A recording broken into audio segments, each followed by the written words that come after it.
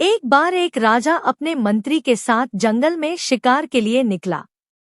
रास्ते में कुछ झाड़ियों को हटाने में नुकीले कांटों में फंसकर राजा के हाथ की एक उंगली कट गई। राजा को बहुत दर्द हो रहा था।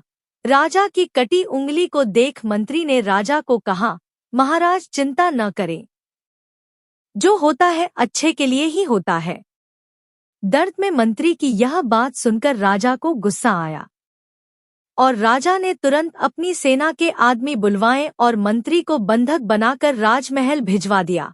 और राजा ने महल पहुंचकर मंत्री को आजीवन कारावास में रहने की सजा सुना दी। और मंत्री ने अपने जेल जाने की घटना पर भी वही वाक्य, जो होता है अच्छे के लिए होता है, दोहराया। राजा के आदमी मंत्री को ले गए और इधर राजा पुनः जंगल में शिकार खेलने चला गया। इस बार कुछ कबीले वालों ने राजा की बलि देने के लिए राजा को घेर लिया और राजा को बलि की बेदी पर ले गए। तभी कबीले के एक आदमी की नजर राजा की कटी हुई उंगली पर पड़ी। तभी उस आदमी ने जोर से आवाज लगाई, राजा का एक अंग भंग है और ऐसी कटी उंगली वाले की वो बलि नहीं दे सकते।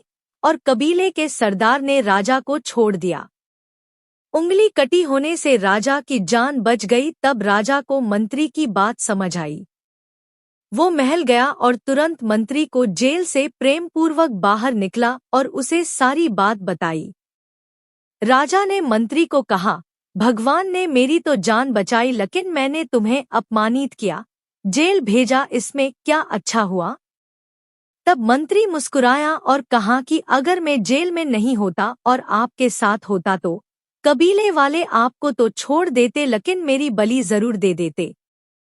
तो दोस्तों, इस घटना से यह समझ लेना चाहिए कि कई बार हमारे जीवन में कुछ ऐसी बातें हो जाती है जो उस वक्त तो हमें बुरी लगती या दुखी करती हैं, लेकिन आगे जाकर हमें मालूम पड़ता है कि वो हमारे अच्छे के लिए ही हुई थी।